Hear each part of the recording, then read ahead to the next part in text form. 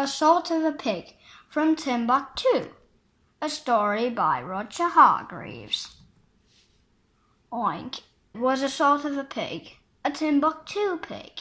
He lived in Totter Cottage on the island of Timbuctoo. Oink, oink.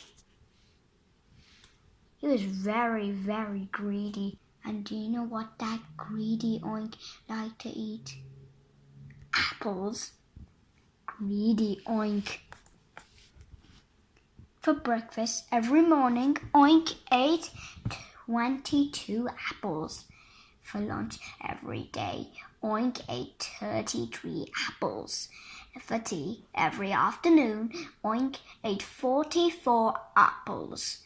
And for dinner every evening, Oink ate 55 apples. Yummy! So you can guess what Oink had for supper every night. That's right, 66 apples. Yummy apples. And after supper, Oink went to bed.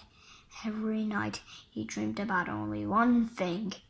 Oh yes, that greedy Oink liked apples. Sweet dreams. But one person who didn't like Oink licking his apples was Grizzle. His farm was next door to Totter Cottage. Grizzle.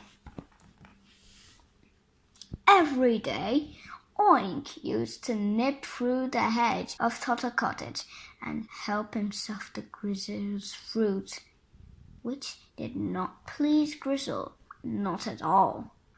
I'm gonna teach that greedy Oink a lesson, he thought one day. Greedy Oink. And so, the early fall morning, he went out to his apple orchard and carrying a huge red balloon, he tied it to the lowest branch of one of his apple trees, and there it hung, looking for all the world like the biggest apple in the world. Grizzle grinned, something he doesn't do often. Grin. Later that same morning, a piggy nose appeared through the hedge, and on the end of that piggy nose was a piggy face, and the piggy eyes in that piggy face spread around to make sure that no one was about. Peeking piggy. No one was about, so Oink popped through the hedge. And then he saw it.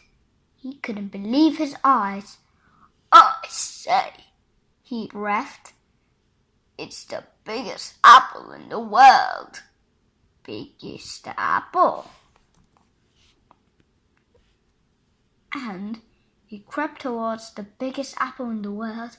He licked his lips. He stood on tiptoe and opened his mouth and shut his eyes and took a big greedy Oink-sized bite out of that apple, the biggest apple in the world, and big greedy bites.